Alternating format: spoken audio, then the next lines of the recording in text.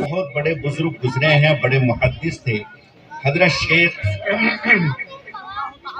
محدث حیوہ رحمت اللہ علیہ، بہت اونچے درجے کے محدث بھی تھے، بہت اونچے درجے کے بزرگ بھی تھے، حضرت حیوہ رحمت اللہ علیہ نوجوانی کا عالم ہے اور حدیث کا سبق پڑھاتے ہیں، اور حدیث پڑھنے کے لیے ان کے سامنے سینکڑوں اور ہزاروں طلبہ موجود رہتے تھے۔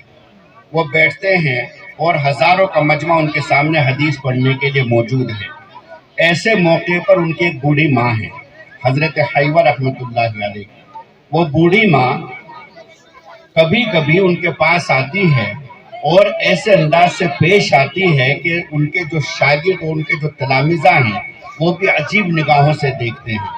ان کی والدہ نے مرغی کے بچے پالے ہوئے تھے، مرغیاں پالی ہوئی تھی، اور مرغیوں کو دانہ ڈالنا اور پانی ڈالنے کی ذمہ داری حضرت حیوہ کی تھی۔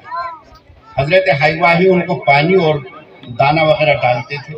جب صبح سبق پڑھانے کے لیے آتے تو دانہ ڈال کر کے آتے، دوپہر میں جاتے تو دانہ ڈالتے پانی رکھتے، شام میں جاتے پھر دانہ ڈالتے پانی رکھتے۔ اتفاق کے طور سے ان کی والدہ کی عمر 100 برس تھی اور وہ بھول جایا کرتی تھی کہ مرغیوں کو دانہ اور پانی ڈالا گیا کہ نہیں۔ اب وہ بھول کی وجہ سے آتی تھی، ہاتھ میں ایک ڈنڈا ہوتا تھا، سامنے شاگردوں کی جماعت بیٹھی ہوئی ہے، وہ پیچھے سے آ رہی ہے اور وہ کہہ رہی ہے اینا ابن حیوہ، اینا ابن حیوہ، میرا بیٹا حیوہ کہاں ہے، میرا بیٹا حیوہ کہاں ہے۔ حضرت حیوہ اپنے شاگردوں کو کہتے ہیں کہ راستہ دے دو، چنانچہ راستہ دیا جاتا ہے، وہ راستہ بند کر کے وہاں آتی ہے تمام شاگردوں کے سامنے۔ محدث ہیں اپنے زمانے کے بڑے، حدیث کی کتاب سامنے موجود ہے، حدیث کا سبق پڑھا رہے ہیں، وہ ایسے لاٹھی لیتی ہے، ڈنڈا لیتی ہے اور ڈنڈا لے کر کے اپنے بیٹے کو مار دیتی ہے اور کہتی ہے کہ یہاں پڑھانے کے لیے چلا آیا، مرغیوں کا دانہ کون ڈالے گا، مرغیوں کا دانہ کون ڈالے گا، یہ کہتی ہے اور ڈنڈا مار دیتی ہے۔ وہ بڑی شرافت کے ساتھ اور بڑی صالحیت کے ساتھ اپنی ماں کے پیچھے پیچھے چل دیتے ہیں۔ ایک مرتبہ اللہ کے بندے کی زبان سے یہ نہیں نکلتا کہ اماں ابھی تو میں دانہ ڈال کر کے آیا ہوں، آپ کو بھول لگ جاتی ہے، آپ کو یاد نہیں رہتا۔ کبھی زبان سے ذرہ برابر ان کے کوئی کلمہ نہیں نکلتا، خاموشی کے ساتھ ان کے پیچھے پیچھے چل دیتے ہیں، کہیں ایسا نہ ہو کہ میں نے یہ جملہ کہہ دیا کہ ماں تجھے بھول لگ جاتی ہے، تجھے یاد نہیں رہتا، اور ماں کے دل کے اوپر احساس نہ ہو جائے اور اس احساس میں کوئی زبان سے ان کی بات نہ نکل جائے، تو اس وجہ سے خاموشی کے ساتھ پیچھے پیچھے جاتے ہیں، دانہ ڈال کر پانی رکھ کر کے پھر واپس آتے ہیں، پھر کچھ دیر گزرتی ہے، پھر آ کر کے وہی منظر ہوتا ہے کہ آ کر کے پھر ڈنڈا مارتی ہے والدہ اور پھر خاموشی کے ساتھ چلے جاتے ہیں۔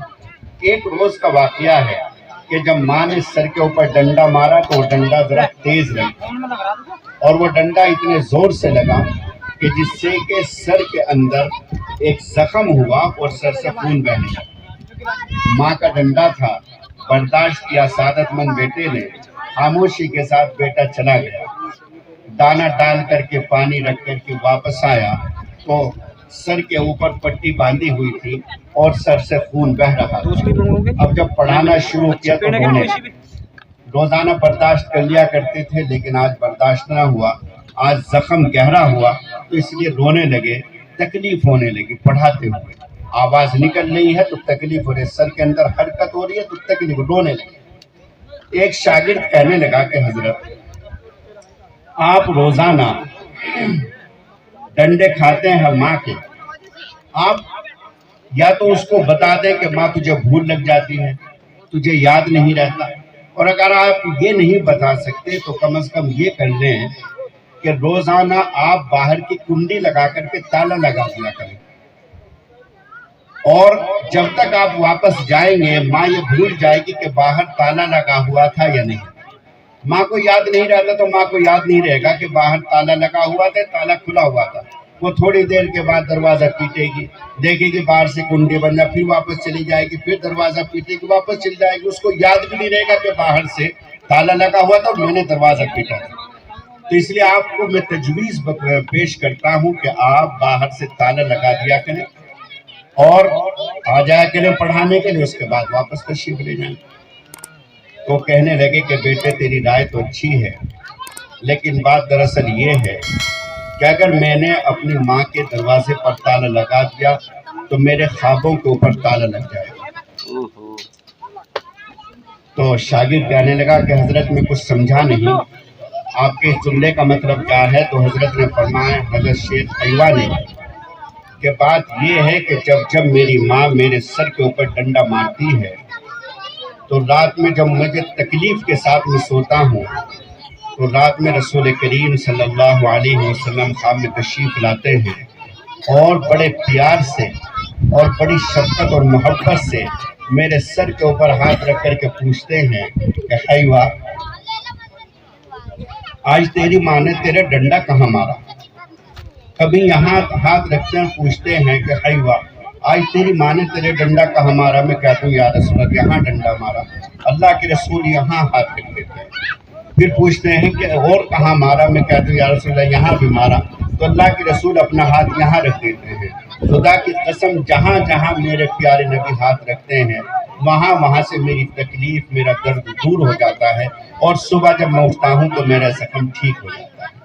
اگر میں نے اپنی ماں کو روکنے کے لیے اور ماں کے ڈنڈے کھانے کی وجہ سے ماں کے دروازے پر تالا لگا دیا تو میرے خوابوں کے اوپر تالا لگ جائے گا۔